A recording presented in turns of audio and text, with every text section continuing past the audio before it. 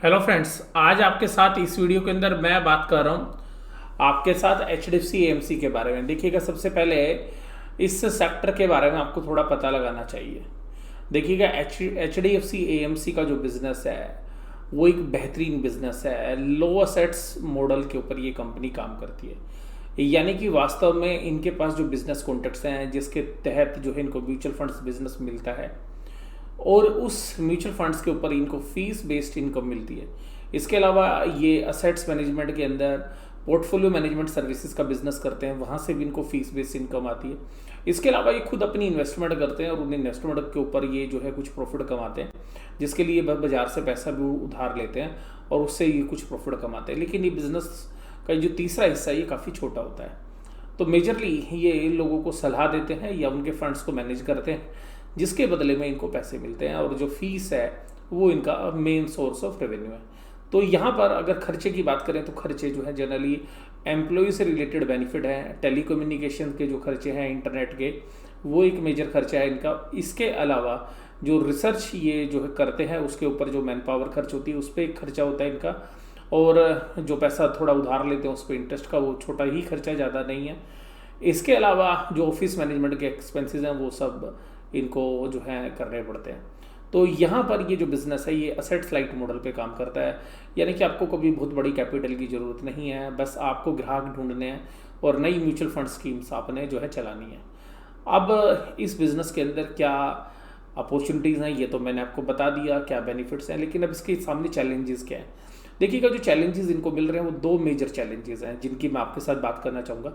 देखिएगा, पहला major challenge है कोविड-19 के बाद जो कंपनीज के अंदर डेट फंड्स के अंदर जो प्रॉब्लम्स हुई, और फ्रैंकलिन टेम्पल्टन केस की जो बात हम करें तो वहाँ पर ऐसा हुआ था कि जो म्यूचुअल फंड्स हैं उन्होंने कुछ स्कीम्स को डिसकंटिन्यू कर दिया था। उसके बाद जो HDFC AMC जैसे बिजनेस जो म्यूचुअल फंड बिजनेस चलाते हैं उनके ऊपर भी जो एक रिलायबिलिटी वाला जो फैक्टर है आम पब्लिक के अंदर, वो जो है यहाँ पर उनके लिए नेगेटिव रहा। तो वो पूरे म्यूचुअल फंड इंडस्ट्री के लिए वो एक नेगेटिव सेंटीमेंट के लिए जो है जाना जा सकता है। तो पहला है लोगों का विश्वास कम होना, और जिसका रीज़न खुद म्यूचुअल फंड्स कंपनी ही है, जहाँ पे कि डेट फंड के अंदर जो है ऐसी कंपनीज के अंदर इन्वेस्टमेंट की जहाँ पर कि उन लोन्स की या उस कंपनी की जहाँ पर उन्होंने निवेश किया था वहाँ पर जो है एक तो परफॉर्मेंस और एक जो क्वालिटी है वो जो है कमज़ोर रही। दूसरा जो मेन रीज़न है कि जिस तरीके से HDFC AMC या जो बाकी म्यूचुअल फंड्स की अगर हम बात करें तो आप रोज़ टीवी चैनल्स पर देखिएगा या सोशल मीडिया पे देखिएगा जी अब म्यूचुअल फंड सही है, म्यूचुअल फंड्स में लॉन्ग टर्म में आप पैसा लगाएंगे इतनी रिटर्न्स आएंगी। उनकी ढेरों एडवाइजर्स आपको अच्छी अच्छी सलाह जो है देते रहेंगे कि जी ऐसे वेल्थ क्रिएट हो गई, ऐसे वेल्थ क्रिएट हो गई। और वो मोस्टली जो एग्जांपल्स हैं वो पीछे के हैं 2003 से लेके 2010-12 तक के, जहाँ पर कि सभी असेट्स क्लास ने बहुत अच्छी रिटर्न्स दी थी, चाहे वो प्रॉपर्टीज़ थी, चाहे वो गोल्ड थी, या आप किसी भी और असेट्स क्लास में देखेंगे तो वहाँ पर एक बेइंतहा तेजी जो है हर एक असेट्स क्लास में हुई थी। आप देखिएगा उस केस में अगर आपके पास भी कोई प्रॉपर्टी होगी तो बहुत अच्छी रिटर्न्स आई होंगी। उसी टाइम पीरियड में आप देखेंगे तो शेयर्स के अंदर भी अच्छी रिटर्न्स आई। तो वो उसी को एक बेस मानते हुए 2001 को बेस मानते हुए आज तक की रिटर्न कैलकुलेट करके आपको बताते रहते हैं कि जी बहुत अच्छी जो है रिटर्न्स आई। लेकिन जिन्होंने पिछले 4-5 साल में पैसा डाला उन सब लोगों को पता है कि लॉन्ग टर्म के अंदर भी म्यूचुअल फंड्स ने बैंक FD की रिटर्न्स भी नहीं दी है, और 95% जो म्यूचुअल फंड्स हैं पूरे म्यूचुअल फंड इंडस्ट्रीज के अंदर उन्होंने पूरे के पूरे मार्केट के अंदर अंडर परफॉर्म किया है, यानी कि उन्होंने जो नॉर्मल रिटर्न्स होती हैं जो इन्फ्लेशन को मीट कर सके वो भी नहीं दी। तो जिसका खामियाजा ना अब इन सभी कंपनीज को भुगतना पड़ रहा है। और कोविड का जो मैंने आपको पहले ही जो इशू बताया फ्रैंकलिन टेम्पटन, और कोविड का एक दूसरा असर भी जो है वहाँ पर हुआ, वो ये हुआ कि जो लोग अब पहले म्यूचुअल फंड्स के थ्रू काम करते थे वो खुद जो है ट्रेड करना शुरू कर दिया, और उन्होंने देखा बहुत सारे लोगों को ये बात भी समझ में आई कि उनके खुद की ट्रेड्स या इन्वेस्टमेंट म्यूचुअल फंड्स की रिटर्न से जो है ज़्यादा रही हैं। और कुछ केसेस के अंदर भी जैसे हाल फिलहाल में ऐसा भी सुनने के लिए आया, ऐसा पहले भी रहा कि कुछ म्यूचुअल फंड्स के जो मैनेजर्स हैं वो पहले अपना माल बेचते हैं फिर जो है कंपनी का माल बेचते हैं, यानी कि म्यूचुअल फंड्स AMC का। इसी तरीके से कुछ अब जब काम HDFC AMC या बाकी जो AMC कंपनीज हैं जब वो माल खरीदती हैं कंपनीज़ के लिए, मैं उनके ऊपर कोई डाउट नहीं रेज़ कर रहा हूँ, लेकिन एक आम धारणा जो है पीछे पास्ट में ऐसी रही कि ये जो म्यूचुअल फंड्स कंपनीज़ हैं, इन्होंने बहुत बार ऐसा किया कि अपने जो पर्सनल शेयर्स हैं वो पहले खरीदे, पर्सनल इन्वेस्टमेंट, और उसके बाद जो है मार्केट के अंदर जो क्लाइंट्स हैं उनके शेयर्स खरीदे। अभी हाल फिलहाल में आप देखते हैं IIFL का जो मामला है वो बिल्कुल गर्म है। इसी तरीके से एक और म्यूचुअल फंड्स के अंदर जो है मिस्टर शाह एक फंड मैनेजर हुआ करते थे म्यूचुअल फंड्स के, उनके ऊपर भी पर्सनल इस तरीके के आरोप लगे थे। तो यहाँ पर इस पूरे तरीके के अगर घटनाक्रम में देखें तो यहाँ पर ये जो विश्वास की भी जो है कमी थोड़ी सी आ रही है, तो उसकी वजह से जो है इनको चैलेंजेस भी मिल रहे हैं। तो मैंने आपको बेनिफिट भी बताया, चैलेंजेस भी। अब इस कंपनी की जो PE रेशो है उसके बारे में बात करते हैं। 39 टाइम्स की जो PE रेशो पे ये शेयर ट्रेड कर रहा है, और रीज़न यही है क्योंकि एक प्रीमियम बिजनेस है, हर कोई इसमें एंट्री नहीं कर सकता, और असेट्स लाइट मॉडल पर काम करती है। अब हम बात करते हैं इसके रिजल्ट के बारे में। तो अगर हम इसके रिजल्ट को देखना शुरू करें तो देखिएगा सितंबर 19 के अंदर इनके पास 498 करोड़ के जो है सेल्स थी। अब वो सेल जो आप देखिएगा यहाँ पर, अब वो सेल घटकर 456 हो गई, यानी कि आप पिछले साल के मुकाबले में भी सेल नहीं कर पाए, यानी कि रेवेन्यू फ्रॉम ऑपरेशन। हालांकि आपकी जो अदर इनकम्स हैं जो आपकी, वहाँ से आपने जो है पैसा डबल कमाया, यानी कि वहाँ पर 51 करोड़ के सामने 113 करोड़ जो है आपने अर्न किए। इंटरेस्ट की पेमेंट 2.21 करोड़ है, तो ज़्यादा नहीं है। फीस एंड कमीशन 1.3 है, वो सेम है। एम्प्लॉय के बेनिफिट के जो एक्सपेंसेस हैं वो भी सैलरी थोड़ी सी कम होती हुई नजर आई है पिछले साल के। क्वार्टर ऑन क्वार्टर में एनालिसिस आपके साथ कर रहा हूँ। इसी तरीके से डेप्रिसिएशन भी थोड़ा सा बढ़ता हुआ नजर आया है। अदर एक्सपेंसेस जो है आपके घट गए हैं। तो आप देखिए आपने अदर एक्सपेंसेस कैसे घटाए हैं ये तो मैं नहीं बता सकता ज़्यादा, लेकिन मैं ये कह सकता हूँ कि जिस तरीके से डिजिटलाइजेशन का जो है यूज़ हो रहा है उसकी वजह से जो है खर्चे जो है कम हो रहे हैं। जो पहले इनको एजेंट्स को ज़्यादा कमीशन देना पड़ता था, वो कमीशन समय समय के ऊपर जो है अब घटते जा रहे हैं।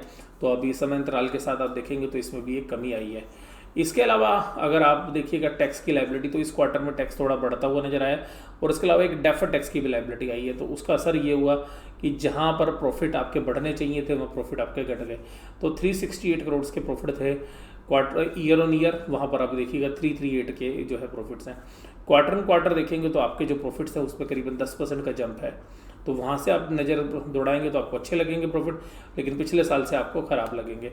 लेकिन मैं आपको एक जनरल व्यू बताता हूँ कि जो प्रॉफिट्स हैं वो इस बात को बता रहे हैं कि बिज़नेस मंदा पड़ गया है, बिज़नेस के अंदर ग्रोथ ख़त्म हो गई है, बिज़नेस में नए क्लाइंट पकड़ना मुश्किल हो गया है, नए ग्राहक नहीं आ रहे हैं। चाहे कोविड के अंदर स्टॉक मार्केट बंद नहीं हुई है, स्टॉक मार्केट ने अच्छा परफॉर्म किया है, उसके बाद भी कोई व्यक्ति म्यूचुअल फंड को पैसा देने के लिए तैयार नहीं है।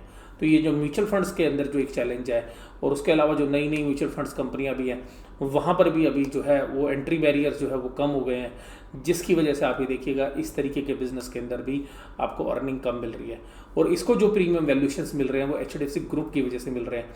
लेकिन अब ये कंपनी जो परफॉर्मेंस दे रही है, अगर आप इसको पूरे पिछले 3 या 4 क्वार्टर की परफॉर्मेंस देखेंगे और आप बिल्कुल सही तरीके से उसको आकलन करेंगे तो इसके बिजनेस में ग्रोथ खत्म हो गई है।